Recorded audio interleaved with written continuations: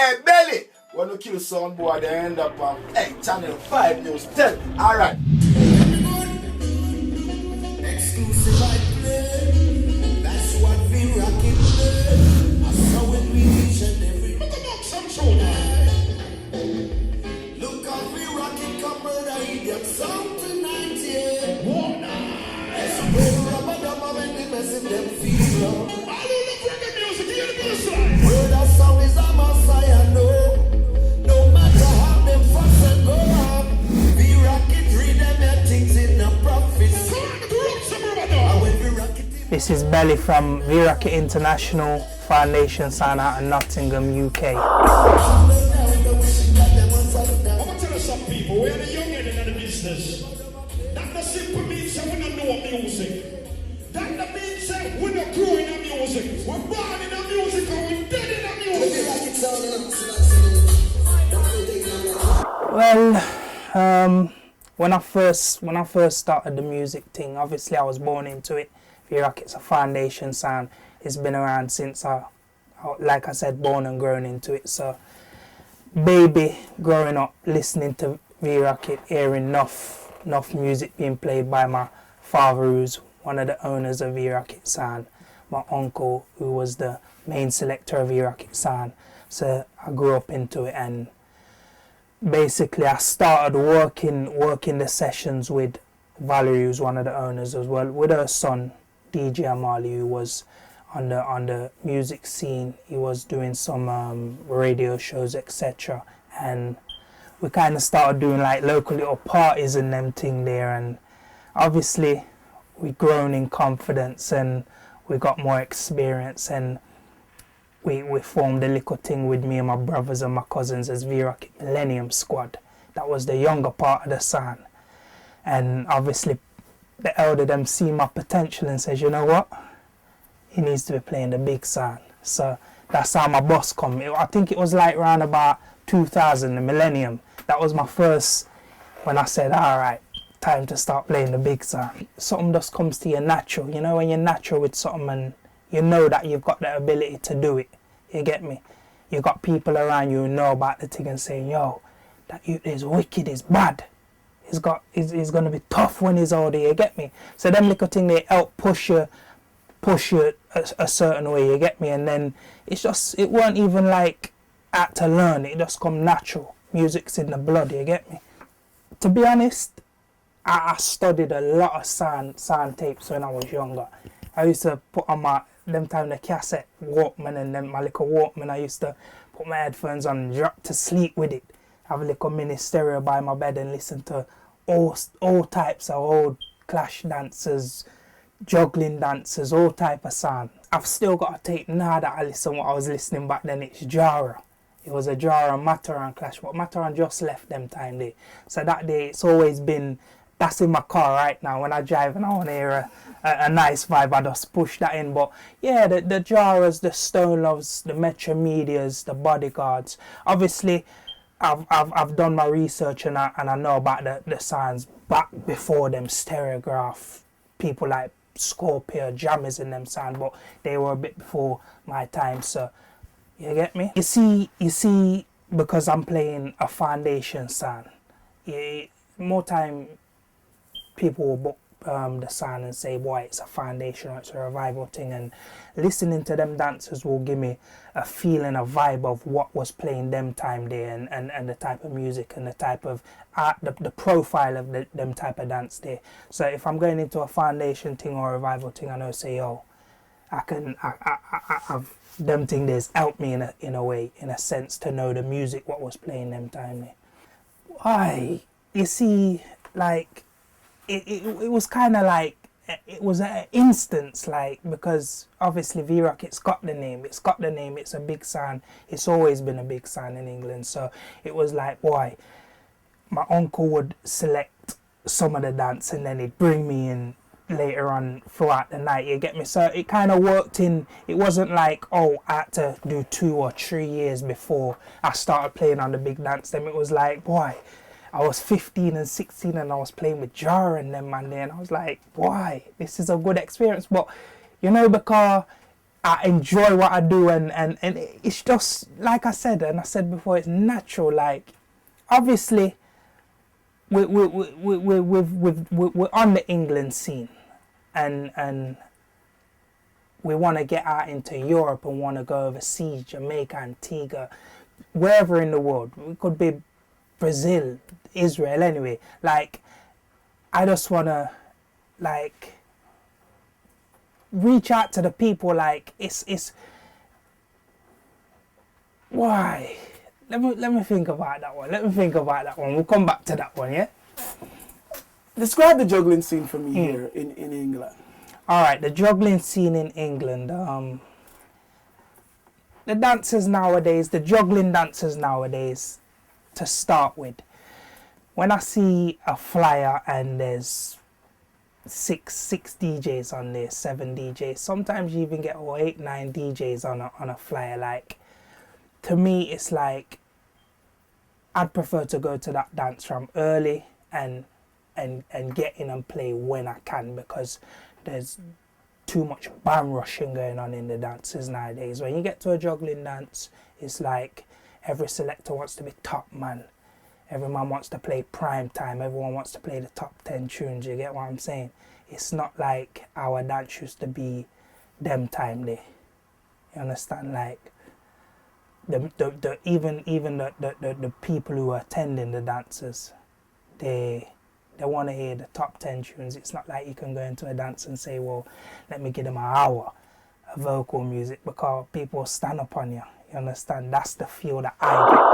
Our team. When I say our team, my partner in crime, Val B, big up. Because you don't know, without Val, the thing wouldn't be where it is, and without me, the thing wouldn't be where it is. So big up Val and the team.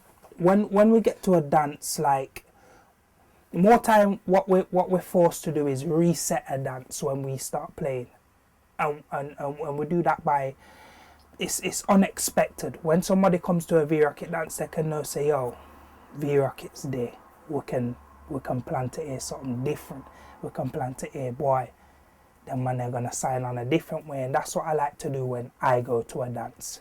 It's like I just take it and do what I like with it. Basically, if a dance is, if all of the top 10 tunes have been played out, whatever's been played out, I can still go in there and start exactly how I want to start, and I'll still have the same effect as if I was playing a top 10 tune. Boy, I'd say, like I said, we set precedents in the dance. You understand? Like, we're gonna be one. I can say Val is his whole persona when he takes the mic. Like, that man there, he's got authority in the dance. You understand? It's unique.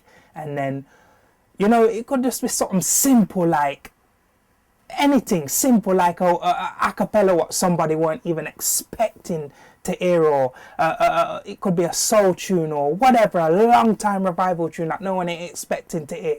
What we just sign on with, and people are like, yo, the money, and then we just start billing from there. You get me? We like to set a dance. If we feel like a dance has been rushed, we like to set it back. If we feel like a man's rushing out the whole of the tune, them, we like to set a dance. And I think that's what's happening enough for the dancers. People feel like, boy, if I don't get to play that tune, I'm not going to get the forward. There's too much music to think that. Too much music to think that. Why? You see, Val, he's got this vibe. He's just got a vibe.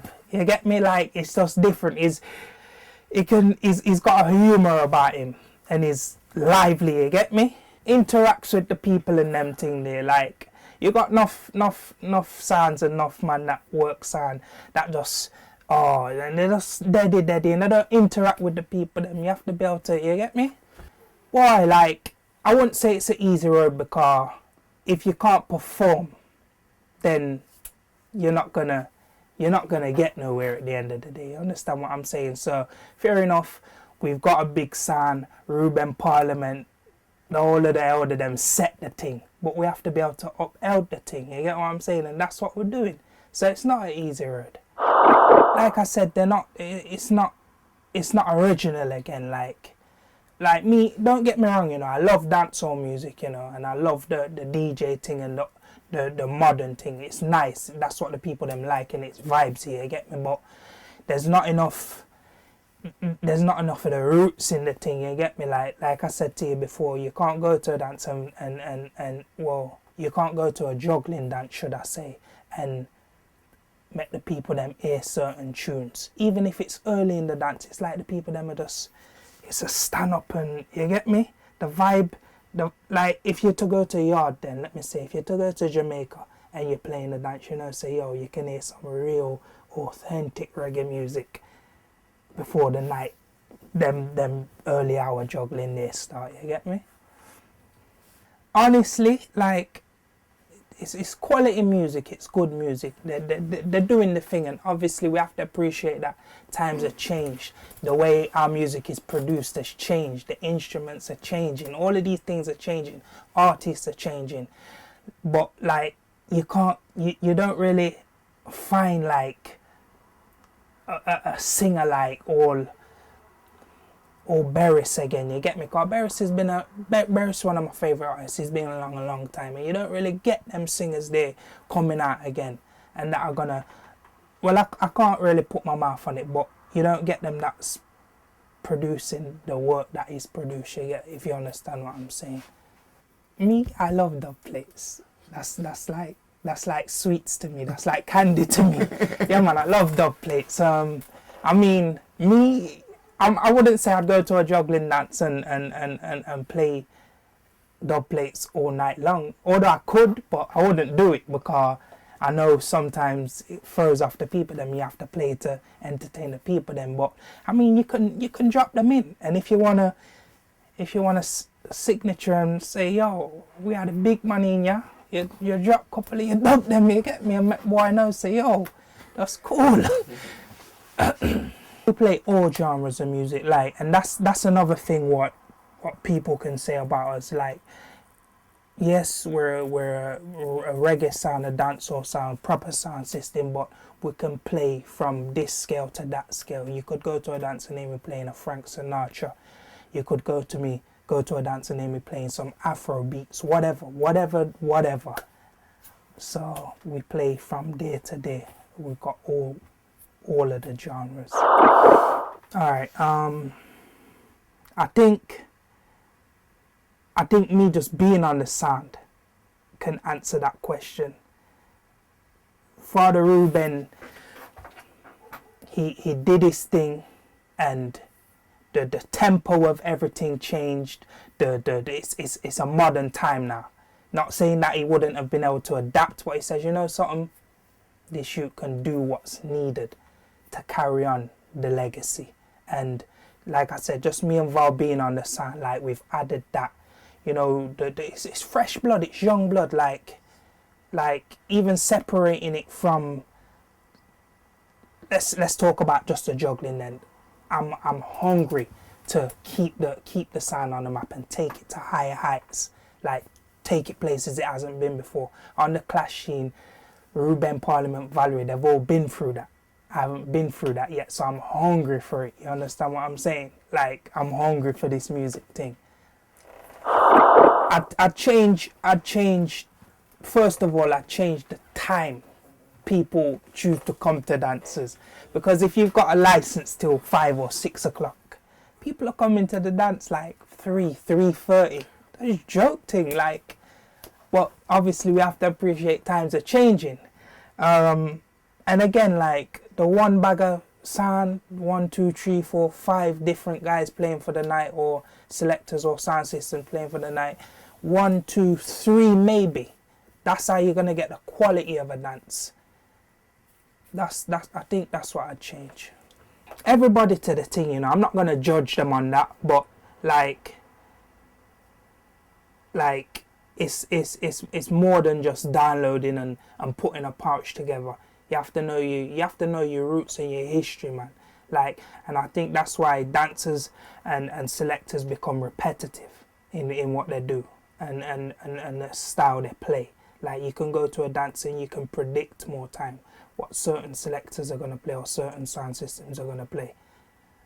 Like, basically, like, you got to know your history. I'm not going to say, oh, they're not good, because you have got some pouches, some man that have just come and started downloading that are good, but like, fair dues to them, basically. Well, we've been on a tour in Gambia. That was great. I'd love to go back. We've been to Miami, and obviously we know that we've been to Rumble in the Jungle, 45 Rumble with IRISHANDCHIN in Washington, wasn't it? In New York. Yeah, New York, sorry, yeah. And Europe, we've travelled many places in Europe. I mean, nameless. Italy, Spain, Belgium, Switzerland, Portugal, all over Europe. So I want to start killing some sounds. I mean, I'm not saying I'm going to step up into a clash and I'm just going to overcome everything. Cause I know I'm going to get some lick. But I'm prepared for the lick them, and I'm going to get some lick as well, you get me? I'm going to get some lick. But, you know what I mean? It's an experience that I want.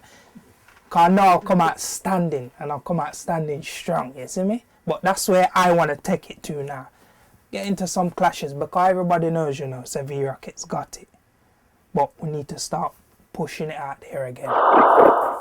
Favourite V-Rocket dub plate.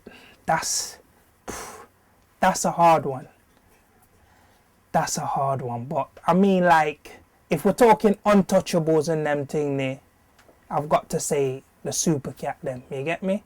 They're untouchables, but there's so many, so the Super Cat them is just one of them, you see me?